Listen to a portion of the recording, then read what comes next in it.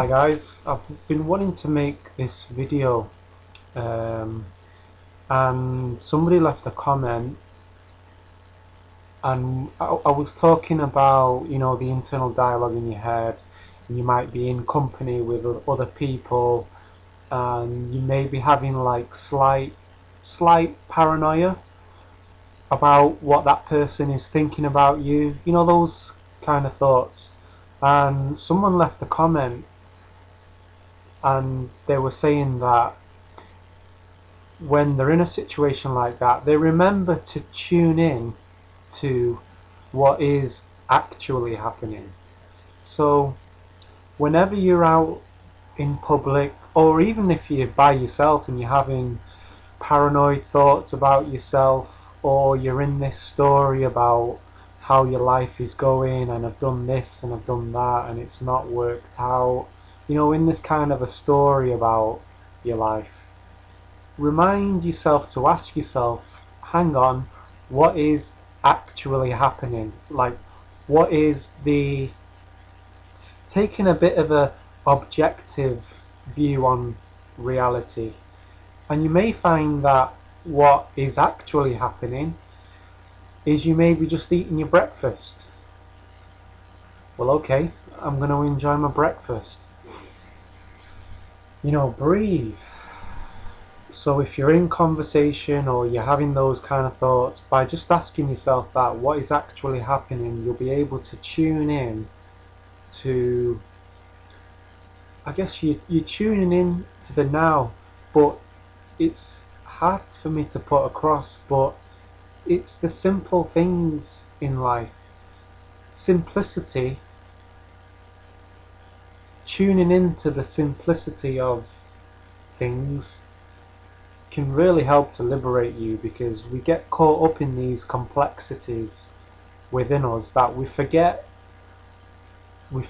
to live life with a sense of humor, which I know I've caught myself doing that lately.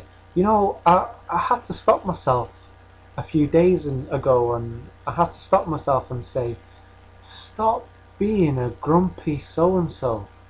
Sometimes I'm really optimistic for the most part, but other parts of my life I can be quite pessimistic about the future, and I almost have to kind of slap myself out of it and say, stop being so grumpy.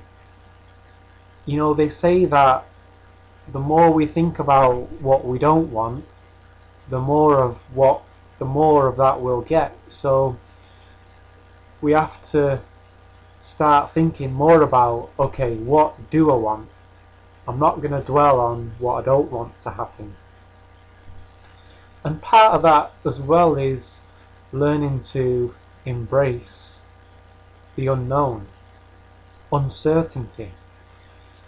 We always crave certainty, but if we were certain about everything that was going to happen in our life, it would be pretty boring.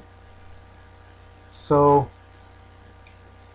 I guess it's realizing and calling forth our potential, and kind of knowing that, okay, whatever happens, I know that it's just a reflection of me. Whatever vibe I feel within is my own vibe. So any situation or experience can only help me to learn about myself, or I can decide that I'm going to take every experience as a learning experience. So I'm not going to label it good or bad.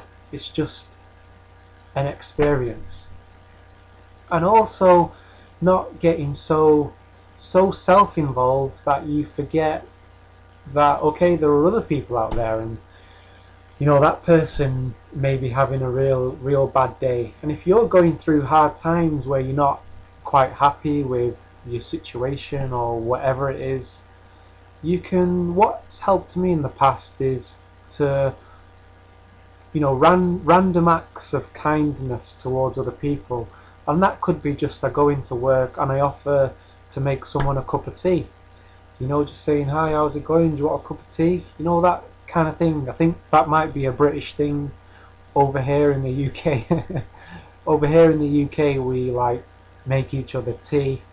You know, without talking about our problems, but we'll make each other a cup of tea, sit down, and then over a cup of tea, then we let it unfold. You know, people start opening up if you're having a cup of tea with someone that you know. That's how we kind of build rapport over here in the UK.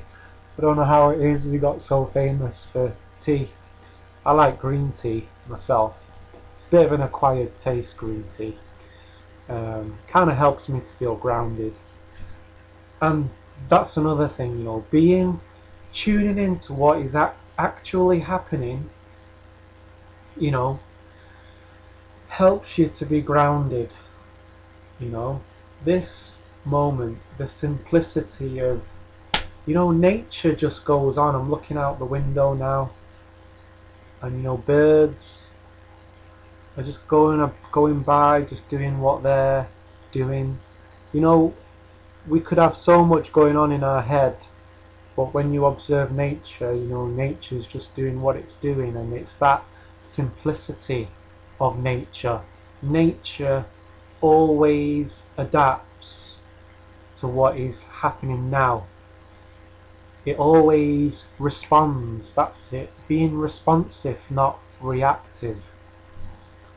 Responsive and taking responsibility for your life. If there's something in your life that you're not happy about, it's up to you to grab it, take the responsibility. And I'm talking to myself as well when I say that. There are things about my life I'm not happy about, and I found that I kept focusing on what I didn't want, and I had to say, wait, hang on a minute, Mike. It's your life. It's your responsibility to change it.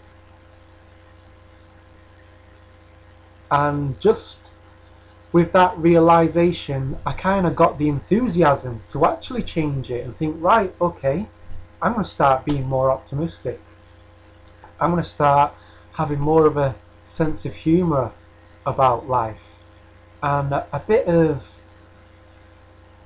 togetherness, you know, kind of like we're all in this together, you know, that, I guess that's that love for each other, that, you know, hey, you're going to be alright, and come on, and understanding and helping other people through their challenges as well.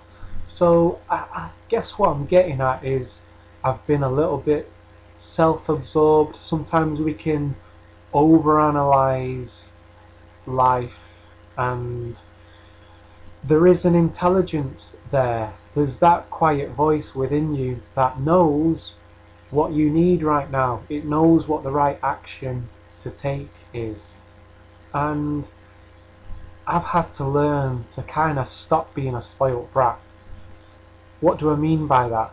There could be something in my flat that needs doing, whether it's something I need to take down into the basement, and I'd stand it there by the door, and every time I walked past, that quiet voice that I'm talking about would say, Mike, you need to take that down to the basement, and I'd ignore it.